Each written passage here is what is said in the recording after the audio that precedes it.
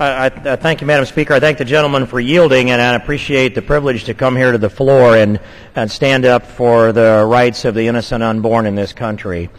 At the root of this question, the root of this issue is the question of, what is human life, and is it sacred in all of its forms, and at what instant does it begin? And I think all of us with a conscience will recognize that human life needs to be sacred in all of its forms, and it begins at the instant of conception. And once we come to that conclusion, we stand up to defend every voiceless, innocent miracle that's on its way into breathing free air in this country. And to think that we are compelling the American taxpayer to fund abortions across this country and in foreign lands on occasion because we can't quite hear that voice. Henry Hyde heard that voice. And we're standing up with and for Henry Hyde. I so much appreciate him and Chris Smith, who is the principal author of the underlying legislation. I rise in support of this rule, Madam Speaker, and I rise in support of the innocent unborn.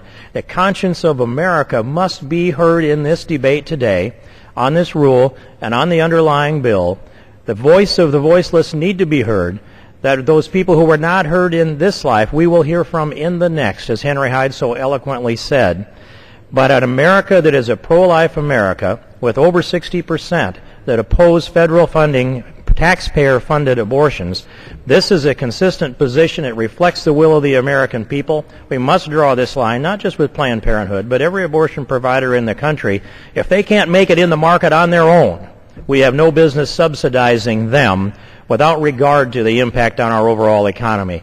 Madam Speaker, I'm pleased and proud to be here today to take this stand, and I'm pleased and proud of the entire pro-life caucus that's here in the United States Congress, both Democrats and Republicans alike, who have done so much over the years to bring us to this point of consensus.